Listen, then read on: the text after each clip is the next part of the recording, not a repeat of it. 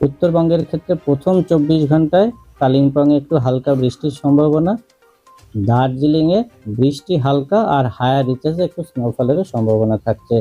বাকি দিনগুলো কিন্তু মূলত শুষ্ক আবহাওয়া। এবার এটা হচ্ছে কেন, যেটা হচ্ছে সাউথ বাংলাদেশ এবং অ্যাডজয়নিং রিজিয়নের উপরে একটা ঘূর্ণাবর্ত আছে, যার ফলে কি হচ্ছে আমাদের রাজ্যে প্রচুর ইস্টার্লি উইন্ড ঢুকছে এবং ময়েশ্চার আসছে।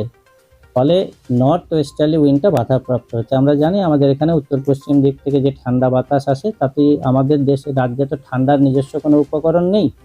ফলে উত্তর পশ্চিম দিক থেকে ঠান্ডা হাওয়া না আসলে বা উত্তর দিক থেকে ঠান্ডা না হাওয়া আসলে আমরা ঠান্ডা পাই না। তো ন্যাচারালি যখনই আমাদের এখানে ঠান্ডাটা আইদার কোনো পশ্চিমী ঝঞ্ঝা অথবা বেতে কোনো সিস্টেম হলে বাধাপ্রাপ্ত হয়। এখন যেটা আছে, ওই কোস্ট ঘেঁষে বাংলাদেশে, সাউথ বাংলাদেশ মানে আমাদের কোস্ট ঘেঁষে একটা ঘূর্ণাবর্ত আছে।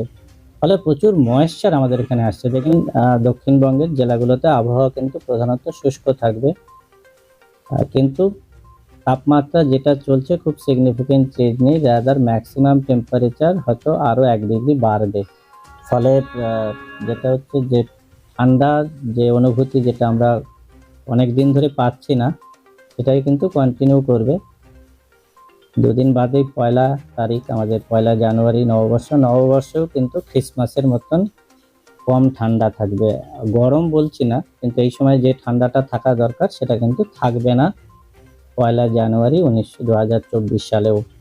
ফলে দক্ষিণবঙ্গে আপাতত যে ওয়েদারটা যেটা থাকবে, সেটা শীতকালে নর্মালি যেটা থাকার কথা তার থেকে বেশি গরম।